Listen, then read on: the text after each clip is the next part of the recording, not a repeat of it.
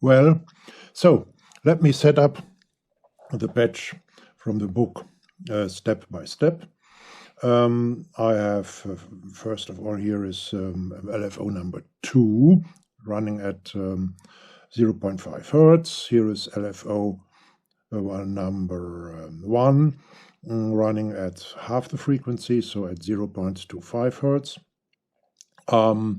The attenuating VCAs are at 50% output level, and there is an overall attenuating VCA in front of the quantizer running at attenuating to only 25%.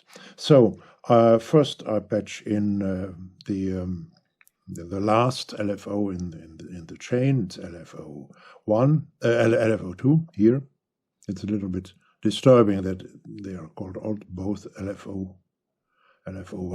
Of course they are. Okay, so I use the triangle wave, feed it in the attenuating VCA,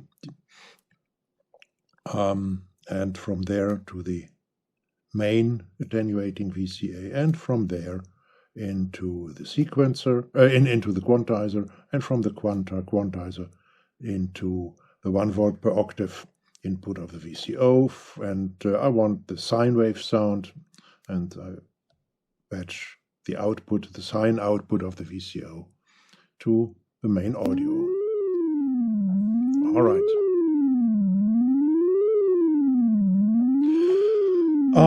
I want to see the shape, not of the sound, but the shape of the LFO, and so I patch not of the LFO, but of the of the VCA belonging to the individual LFO. So we have the sine wave, of course. It's a pure sine wave, and I do the same with LFO1 here on the left, sine wave, triangle wave, of course. The triangle wave output to the attenuating VCA, and from the VCA I patch it into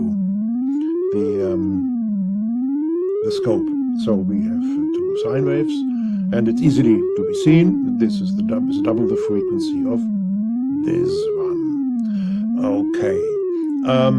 Before I go, okay, that's okay.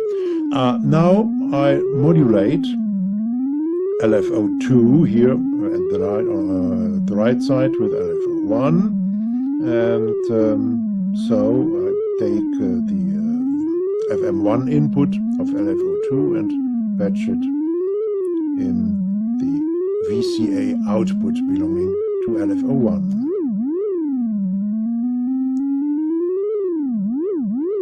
And to make things even clearer, I use the Y input of the scope and patch it also to the modulating output here. And so we have the modulating wave of LFO1 is the pink one, and you see the pink one is identical to the blue one here, because both are patched to the output of the VCA belonging to LFO1. The blue curve here on the left, on the right side, is the modulated output of LFO2 here. So now I could, of course,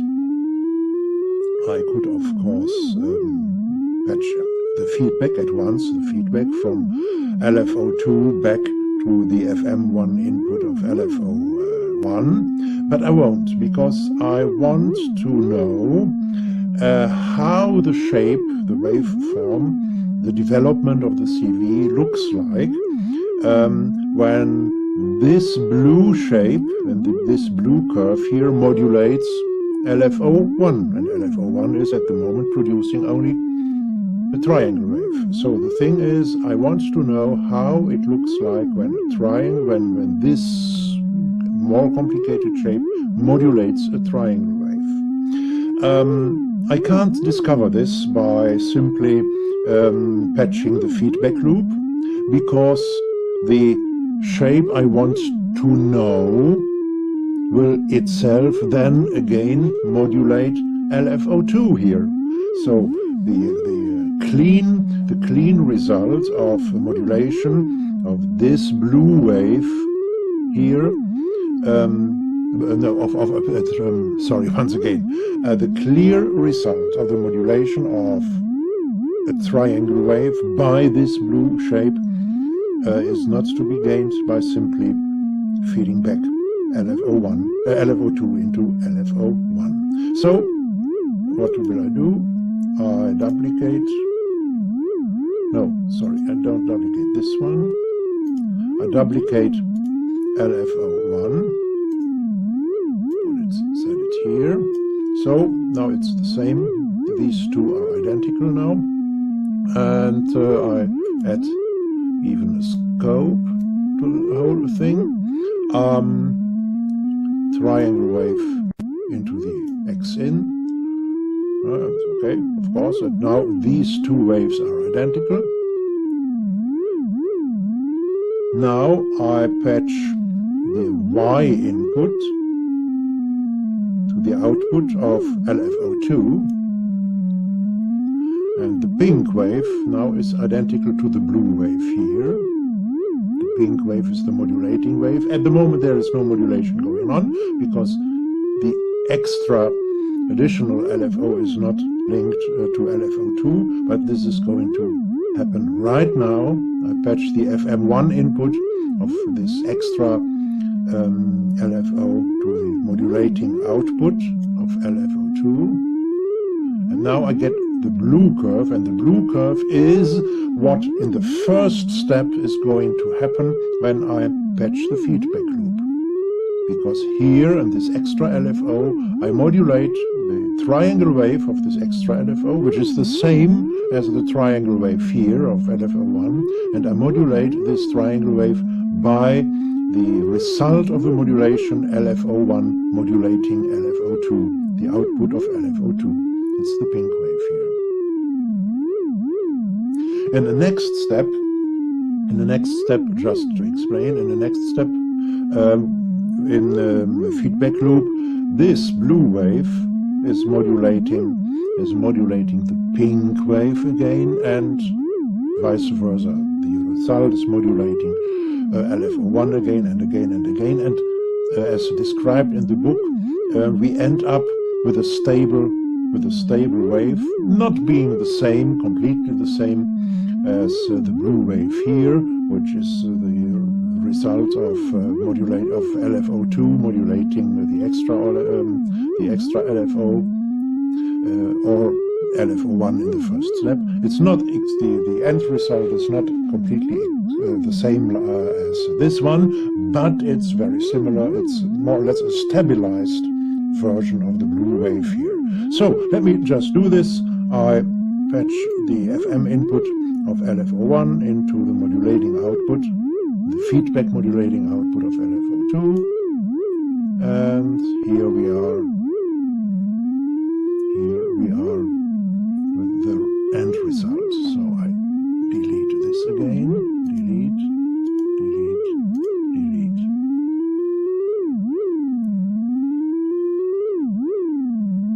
Okay. One moment to make it easier to understand. I patch the output of the LFO2 to the scope, to the left scope here, and you see the pink wave here is the blue wave on the right side. All right, one thing is getting clear, that even with lower frequencies, and we'll lower the frequencies of both LFOs a little bit in a moment, even with lower frequencies, what we get, the result is not at all something generative. It's the circles, or the cycle, the repeating cycle is too short. Let me use different frequencies. Let's say I go down to, that's 0.2 Hertz, and here I go down to 0.1 Hertz.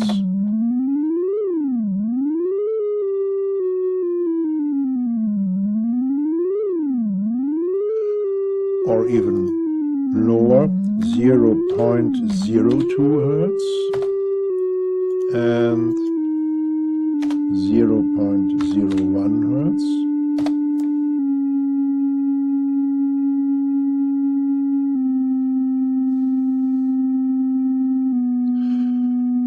Things are going slower, but are not really being more interesting, even when I increase the modulation strength.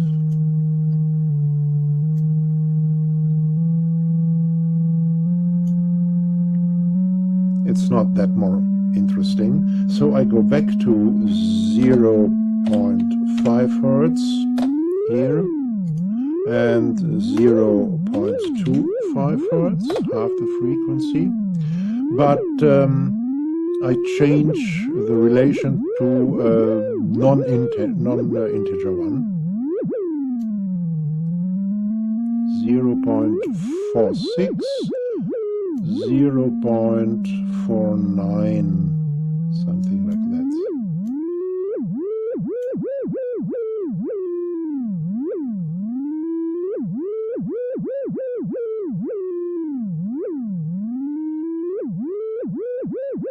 And still it's not that interesting. But as one element in a bigger building block, or even as a building block on its own for more complex patches, it will serve.